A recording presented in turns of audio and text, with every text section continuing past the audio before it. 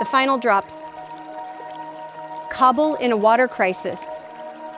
Water scarcity is a global crisis, intensified by climate change, population growth, and urbanization.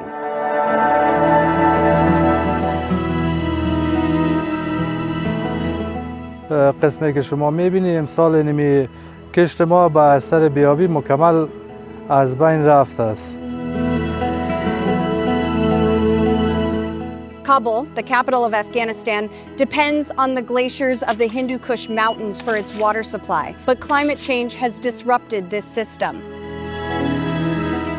ببینید چالش هایی که مردم کابل به او دست پنجه نرم میکنند خشک شدن چاه هاست. چاه ها تا عمق 100 متر، در بعضی قسمت ها تا 150 متر دیگه آب ندارند.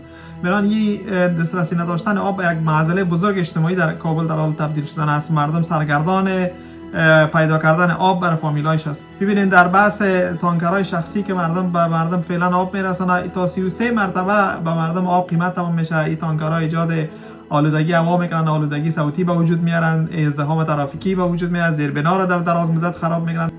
Kabul's population has risen from less than 1 million to over 6 million in just 2 decades. Urbanization is growing 4.5 times faster than planned. Agriculture is the largest consumer of water, while industries extract millions of cubic meters from underground sources annually. Experts warn, if urgent action is not taken, by 2030, 3 million people may be forced to leave Kabul, and the city could become the world's first modern capital without water.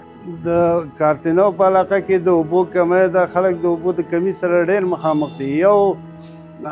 مثلا یو متر مکعب اوبه چې خلک اخلي هغه په 15 شپېته یا په 100 روپۍ دوی ته تمامېږي. نلونه 2-3 ورځې پس راځي. خلک د اوبو د خوا نه ډېر مشکل سره مخ دي. مردم توان خرید آب را هم نداره. مردم یک بشکه 20 روپیه به 10 روپیه میطلبند. Since 1950, Afghanistan has warmed by 1.8 degrees, ranking 6th among the world's most vulnerable countries. Snow cover has decreased by 30%, and glaciers are melting at an alarming rate. با اثر بالا رفتن درجات بیشتر تبخیر و تعرق ما تجربه میکنیم که خودش میتونه که سکتور آب را عملاً متاثر بسازه. Last winter, Afghanistan received only 45-60% of its usual rainfall. The country's surface water resources have declined from 75 billion to 69 billion cubic meters over the past 40 years. In Kabul, groundwater levels have dropped more than 25 meters in the last decade.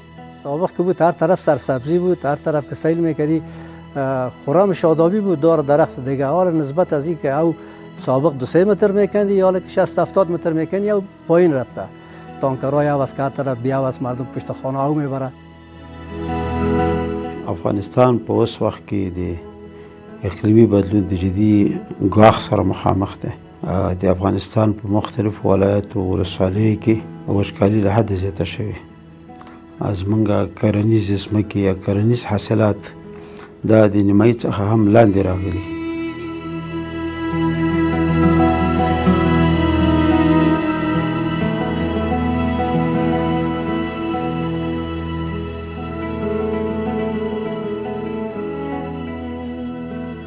ما روزها میریم به خاطر آب، سرصف استاد میشیم پیش مسجدا دیگه. اونجا به خاطر که آب بریم دیگه. اینجا نلام کلا اول بود او داشتیم، کلا چاهایم خوش شده، چه رقم شده آب نمیده. ما خانما میریم مثلا آب میریم 2 تا بشکه 3 تا بشکه، اینم رقمی دیگه. مشکلاتایم خیلی زیاده به خاطر همزی آب، بسیار در عذاب هستیم.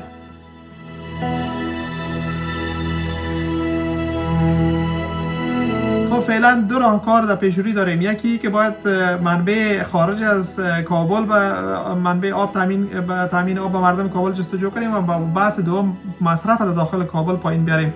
مصرف پایین آوردن مصرفی است که دیگه کابل ظرفیت نفوس بیشتر از این نداره. وقتی شما آب ندارین برش بلند منزلا ساختنش بی‌معنی است، به دلیل از اینکه شما در حقیقت مشکلات باش می‌افزایید. This is a humanitarian disaster that can only be contained through global cooperation. Afghanistan must not be overlooked in climate finance. Projects such as transferring Panjshir water to Kabul and completing the Shah Tut Dam require urgent support and investment.